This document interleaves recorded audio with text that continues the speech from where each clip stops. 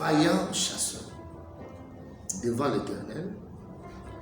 C'est pourquoi l'on dit comme Nimrod, vaillant chasseur devant l'Éternel. Il régna d'abord sur Babel, Érec, Akkad et Calné, au pays de Shinéar. Amen, amen. Plus loin, on va nous faire voir au chapitre 11, verset 1er au verset 9, que ces gens vont bâtir leur ville avec leur tour, que l'on a l'habitude d'appeler la tour de Babel. Parce que cette tour était bâtie sur cette ville de Babel. C'est là où même l'origine du nom Babylone sort.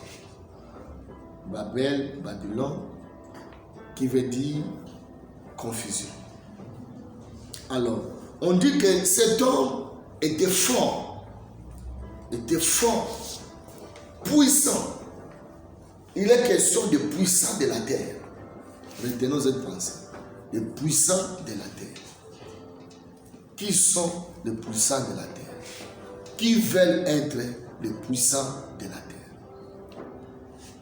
Qui veulent détenir la puissance de la terre? Amen, amen. Alors, lorsqu'ils vont bâtir leur ville, dans Genèse 11, à partir du verset 1er, toute la terre avait une seule langue et le même mot, comme ils étaient partis de l'Orient. Ils trouvaient une plaine au pays de Shinéar et ils y habitaient. Ils se dirent l'un à l'autre, allons, faisons des briques et coussons-les au feu et fabriquons et la brique leur servit de pierre et le bitume leur servit de ciment.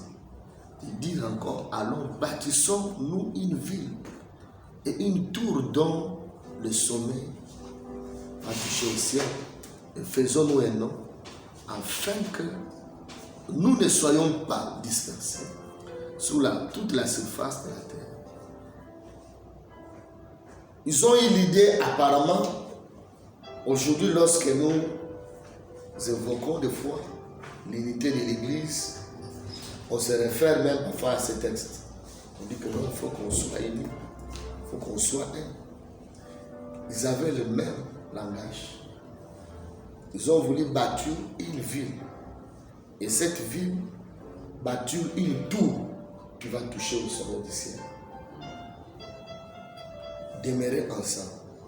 Humainement parlant, on ne voit pas ça en fait. Mais divinement, ça ne cadre pas à la pensée de Dieu. Amen, amen.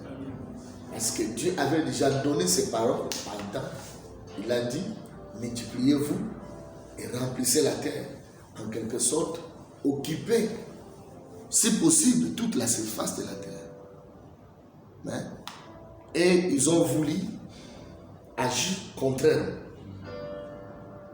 Et la Bible dit, ils cherchaient à se faire un nom, à bâtir une ville, à se faire une tour, pour qu'ils ne se dispersent pas, qu'ils soient là. Voire même cette tour doit toucher le sommet du ciel.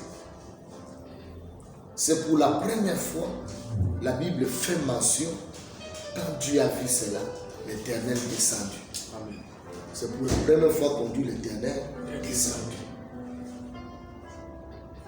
Plus loin, on va nous dire, quand il a vu la souffrance de son peuple en Égypte, il était descendu.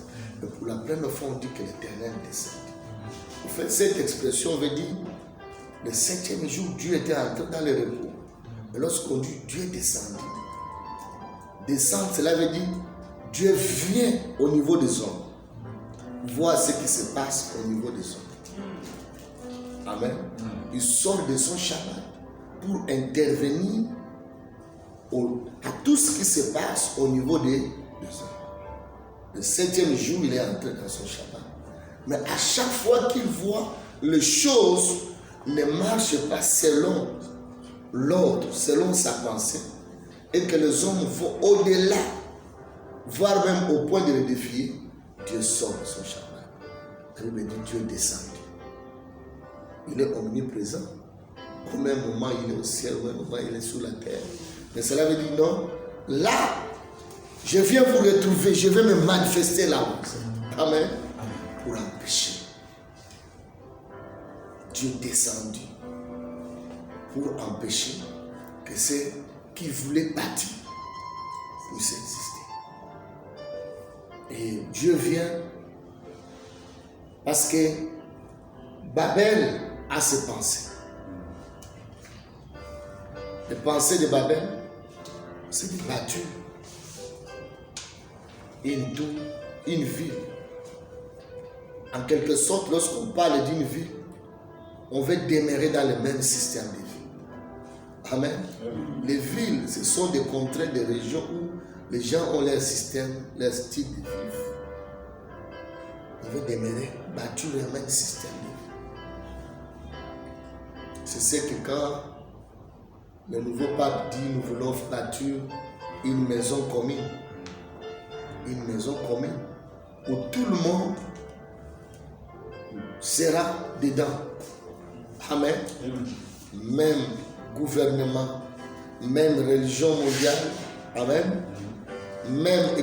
Même système économique, même langage ou même armée. Ceux qu'ils ont commencé à bâtir, qu'on appelle l'OTAN. Amen, amen. Donc c'est dans ce même sens. Et ces hommes, on dit que à partir de Némérode, c'était des puissants de la terre. Amen, amen. Faire des hommes qui incarnent, en eux, on se dit que voilà les puissants de la terre. Amen, amen. Les puissants de la terre. Aujourd'hui, ça ne se cache plus. Quand les puissants de la terre se réunissent, c'est G7 qui se réunit. Les puissants de la terre, ce qu'ils prennent comme décision, d'abord, ils ne vous consultent pas. Ils vont arrêter les choses et après ça, ils viendront annoncer, ils vont dire voilà comment les choses seront traitées, seront faites. Amen, amen. Amen. J'ai écouté un vieux qui prêchait et il nous disait ceci, il disait, les 11 premiers chapitres du livre de Genèse, vous devrez bien étudier ça. Il dit, c'est là où se résume la pensée de Dieu. Amen, amen. Il dit, dès que le diable va vous voler ces 11 premiers chapitres-là, vous allez vous perdre. Et je lui donne raison. Amen. Papa Jonas, venez devant là, mettez l'appareil ici. Amen, amen. Donc il dit, si Dieu vous vole ces 11 premiers chapitres-là, il dit, non pas d'abord par Abraham, il dit, tout ce qui vient avoir Abraham là, vous allez comprendre le dessein de Dieu, le plan de Dieu, tout. Et si le diable vous vole ces 11 premiers chapitres-là, et en lisant, je commence à vous donner raison. Quand vous lisez Apocalypse, ça nous ramène toujours là. Amen, amen. Comme récompense, comme bénédiction, tout. Alléluia. Amen. On nous ramène toujours là. Alors, des puissants, aujourd'hui, faisons attention au langage des puissants de la terre. Amen, amen. Ce langage est entré dans l'église, les puissants de l'église. Alléluia. Faisons attention à ce langage. Nous allons comprendre à la suite. Bâtir une tour qui touche le ciel. Au fait, la pensée d'avoir une seule autorité qui défie l'autorité du Créateur. C'est là où est née la pensée de l'Antichrist. Amen. Amen. Une seule autorité qui défie l'autorité de Dieu, Dieu Créateur. Et ils ont dit que c'est faire un nom, une nouvelle identité qui ne se reconnaît pas du Dieu Créateur. Alléluia. Une nouvelle identité qui ne se reconnaît pas du Dieu Créateur.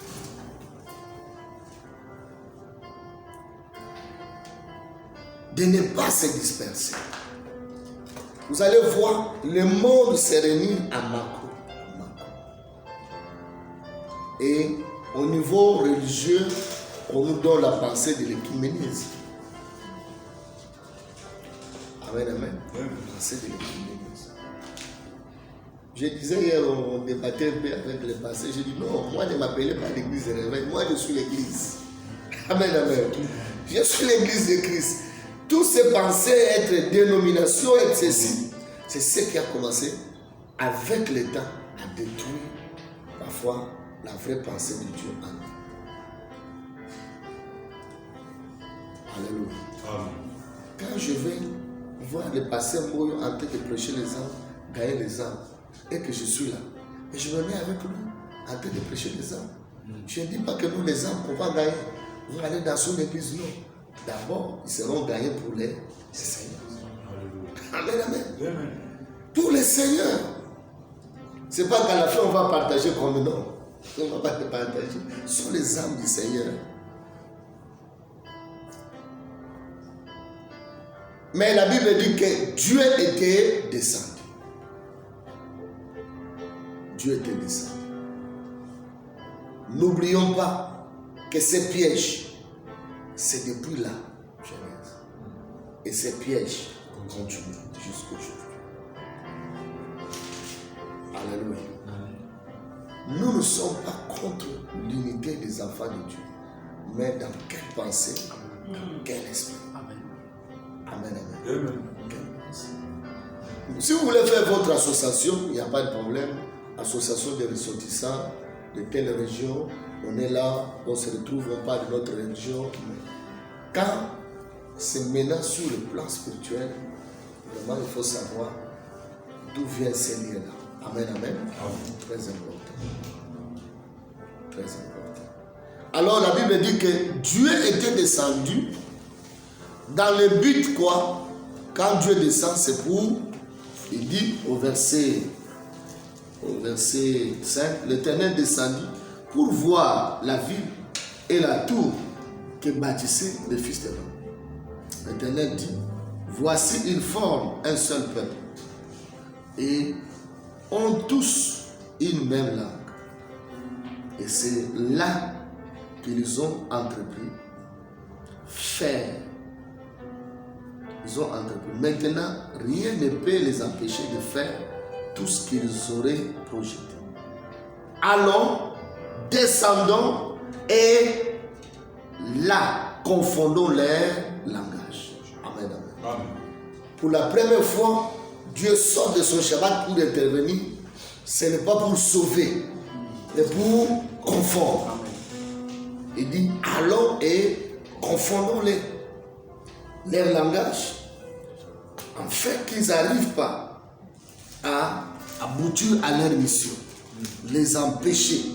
L'Éternel Dieu les dispersa loin de la surface de toute la terre et ils cessèrent de bâtir la ville.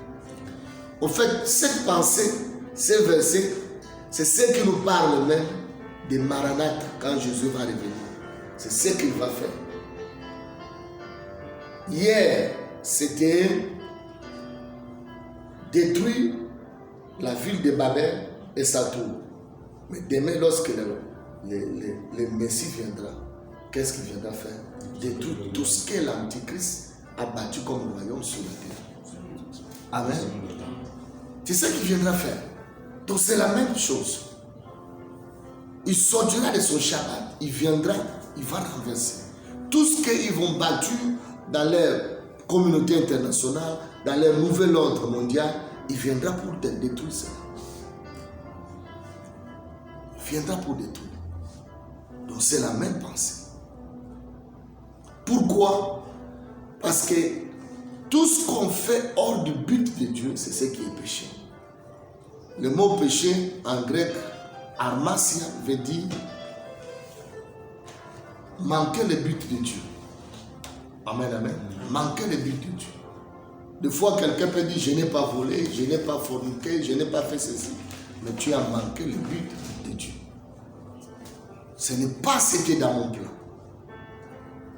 Or, lorsque nous comparons Babel et la Pentecôte chrétienne.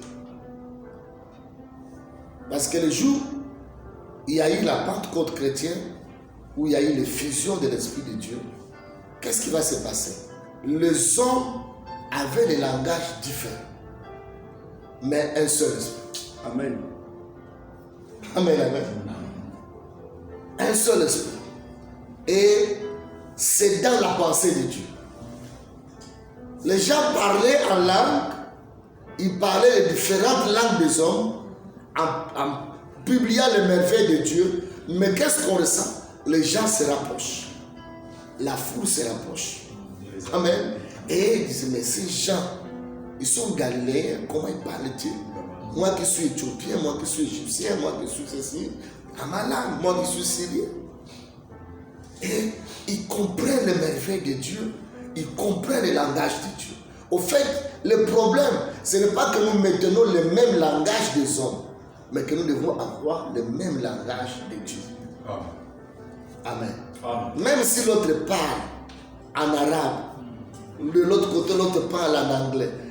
Mais si c'est le langage de l'Esprit de Dieu, bien aimé dans le Seigneur, Dieu est content. Amen, amen. On peut dire qu'on a le même langage, mais si ce langage n'est pas de Dieu, Dieu nous disperse. Dieu est prêt à arrêter avec cette affaire. Mais on peut dire que humainement parlant, nous avons un langage différent, mais divinement, nous avons le même langage de l'Esprit. Et c'est ce jour-là que Dieu va commencer à bâtir pour lui sa maison à lui. Amen. Amen. Diversité des langues des hommes, mais une seule, ou bien un seul langage spirituel. Les gens ont crié au Seigneur et ils étaient sauvés. Alors, à chaque fois que Dieu voit cela, Dieu descend et ses actions sont comment? Confondons leur langage, dispersons. Confondons leur langage et dispersons. C'est ce qui fera même là, qui sera la fin de toutes choses. Dieu va confondre l'homme dans ce qu'il pense faire hors de Dieu et indépendamment de Dieu.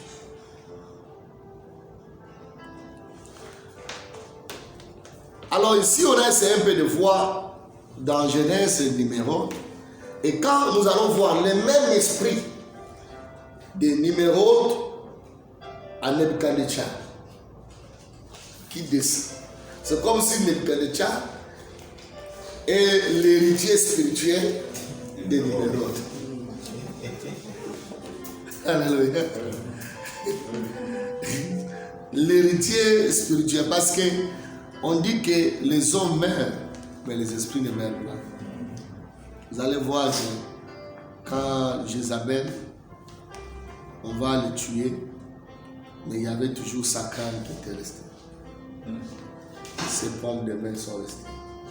Et ses os de pied sont restés. Cela veut dire la pensée est restée, les œuvres demeurent, les ailes demeurent. Amen. Humainement parlant, Jézabel est partie. Mais bizarrement, jusqu'à l'Apocalypse, on évoque Jézabel. On nous dit que Jézabel est là. Jézabel est là. Donc l'esprit demeure. Le temps des numéros s'est passé, mais le même esprit vient quand l'empire babylonien va naître. Si on disait que Néméros c'était un puissant de la terre, quand Nabuchodonosor arrive, il se nomme aussi comme étant un homme puissant. Dans Daniel chapitre 4, Daniel chapitre 4,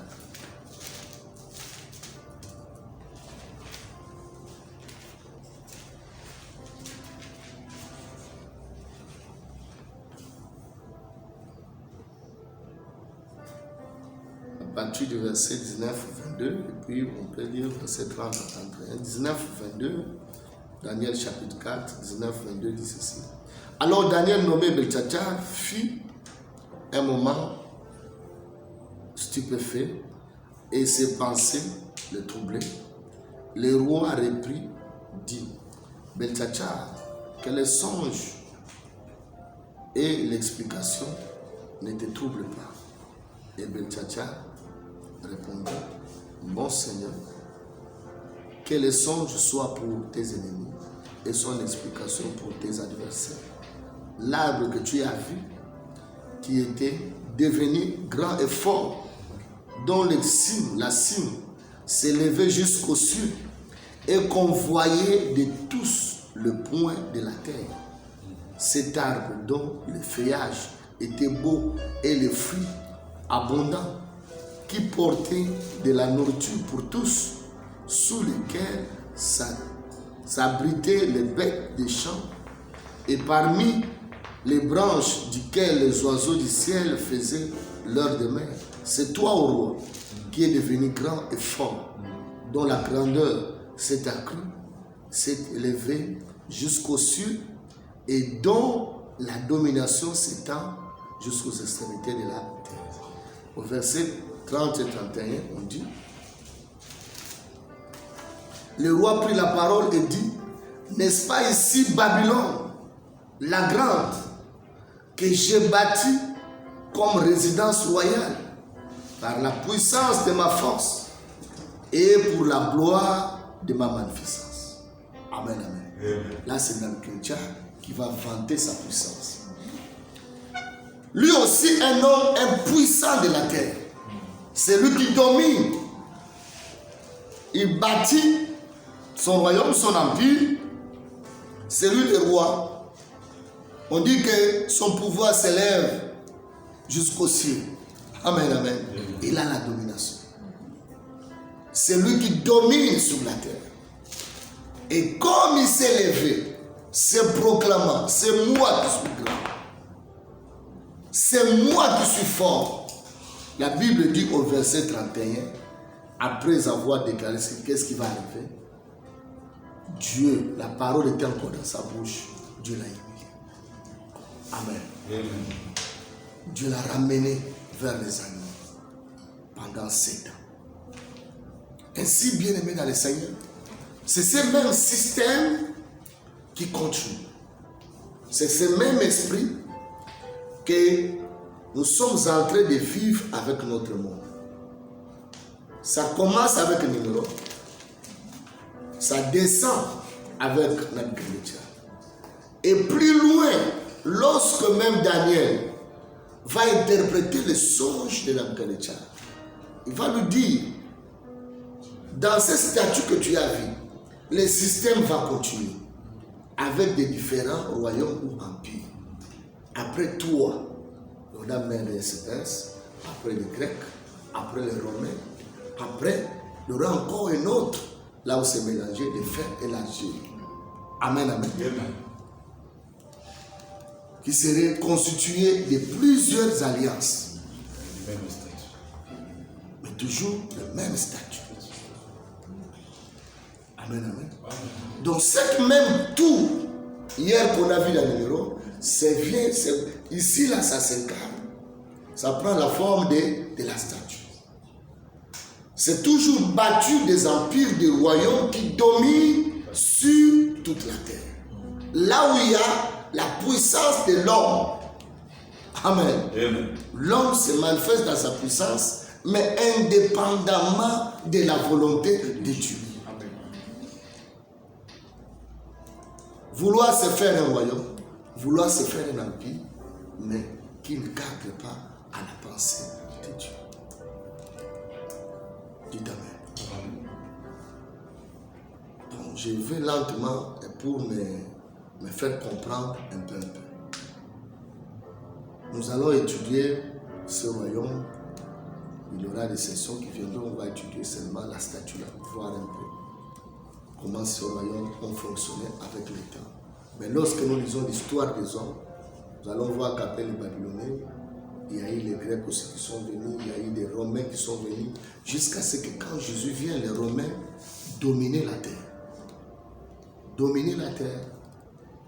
Même les disciples ont posé la question à Jésus, ben, c'est à ce moment-là que tu viendras à nous délivrer sous la domination des Romains. Amen, amen. Parce que ce sont eux qui étaient maintenant les détenteurs de ce pouvoir, de cet esprit. Et pour bien dominer le monde, ils ont battu des routes de partout, jusqu'à Rome. C'est là où on a eu cet adage qu'on dit, tout chemin mène à Rome. Pour contrôler le monde, facilement aller vers d'autres peuples, recevoir les tribus de ces peuples et les dominer. Amen, amen. Jusqu'à quand Jésus vient, les Romains dominaient sous la vie. Quand on amène la monnaie, c'était l'effigie de César. Ils dominaient.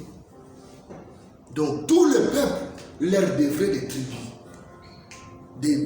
L'argent, les impôts, comme aujourd'hui on peut dire, il faut payer l'impôt au grand empereur. Et l'église qui a commencé, l'église primitive, a connu la persécution. Qui les ont persécutés plus que les Romains. Amen. Parce qu'à ce moment-là, ce sont eux qui dominent. Et l'église primitive, au départ, a payé beaucoup. Parce qu'il ne fallait pas détourner les regards des gens de l'empereur romain et leur montrer qu'il y a un autre roi, un autre seigneur. Amen, amen. Le grand péché de l'église primitive avec le pouvoir romain, c'était ça. Comment vous voulez faire voir à un peuple sur qui nous avons le pouvoir qu'il y a un autre roi? Le grand problème d'Hérode, d'apprendre qu'il y a le roi des Juifs qui vient de naître. Amen, amen. La grande bataille de l'église, avec ce que nous voyons comme communauté internationale ou gouvernement mondial, c'est de continuer à dire que non, Jésus-Christ est le Seigneur des Seigneurs, Maître du ciel et de la terre. C'est là où la grande bataille. Amen, amen. Amen. Parce qu'ils sont en train de préparer leur bête, l'Antichrist, qui vont présenter au monde comme les puissants de la terre. Comme leur numéro, comme leur Nabucodonosor. Et maintenant, nous, on dit que ce n'est pas lui. Alors, avant que nous entrons beaucoup là, le grand troisième point, c'est les principes babyloniens. Nous devons savoir quels sont leurs principes. Les principes babyloniens.